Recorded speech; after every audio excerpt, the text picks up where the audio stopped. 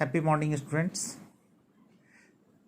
आप लोगों को अभी तक राणा सर जो है हिस्ट्री लेके चल रहे थे, लेकिन उनका हेल्थ ठीक ना रहने की वजह से वो आगे आप लोगों को कंटिन्यू नहीं कर पा रहे हैं। तो फिर हम लोग जहाँ वो समाप्त किए थे वहाँ से हम लोग आगे चलते हैं। अब हम लोग पढ़ेंगे legacy of French revolution.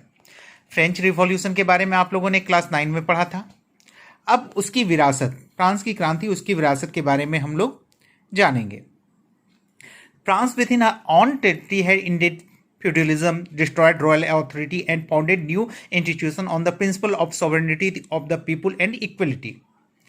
France क्या हुआ कि फ्रांस के अंदर में जो भी टेरिटरी थे, जो भी हैं, वहाँ पे क्या हुआ, सामंतवाद को समाप्त कर दिया गया और राजतंत्र को भी बिल्कुल तहस नहस कर दिया गया। और अब जो वहाँ पर जो नए संस्थान जो सत्ता में आए, वो लोगों के बीच में जो है समानता और संप्रभुता के सिद्धांत के साथ जो है आए। जो पुराने संस्थान थे वो उन्हें फ्रांस के बाहर फेंक दिया गया। पुराने संस्थान कहने का मतलब हमारा राजतंत्र, सामंतवाद, ये सबसे है। लेकिन यह महादेश की कुछ देशों में अभी भी मौजूद था। फ्रांस के क्रांतिकारियों का यह कहना था कि फ्रेंच के लोगों को का यह उद्देश्य है कि यूरोप से निरंकुशवाद को खत्म करना है। मतलब दूसरे शब्दों में हम कहें तो अन्य यूरोप के अन्य देशों में भी राष्ट्रवाद की भावना को उत्पन्न करना था। When the news of the events in France reached other European countries, students and educated middle classes started setting up Jacobin club. Their activities and campaign prepared the way for the French army, which entered Holland, Belgium, Switzerland, and much of Italy in the 1790s. When the Revolutionary War began, the French army carried the idea of nationalism to other countries. क्या हुआ, जब France में जब इन सब घटनाओं जो घटित हुई, यानी फ्रांस की क्रांति की खबर जो है अन्य यूरोपीय देशों में पहुंचे, तो वहां के जो विद्यार्थी थे और जो मिडिल क्लास, मध्यम वर्ग के जो शिक्षित लोग थे, उन्होंने जैकोबिन क्लब बनाना शुरू कर दिया।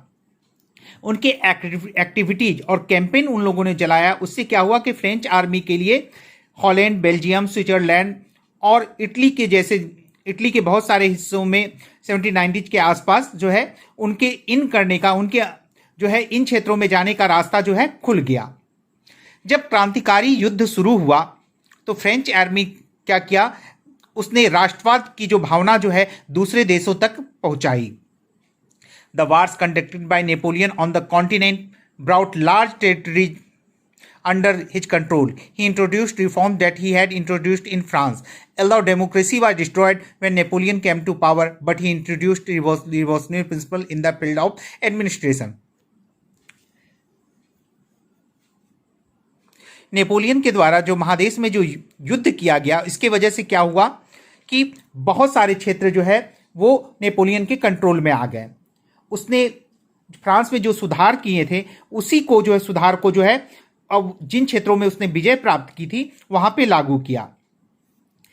यद्यपि हम कह सकते हैं कि प्रजातंत्र जो है वो समाप्त हो गया जब नेपोलियन सत्ता में आया, लेकिन उसने क्या किया कि शासन के क्षेत्र में जो है क्रांतिकारी परिवर्तन लाया।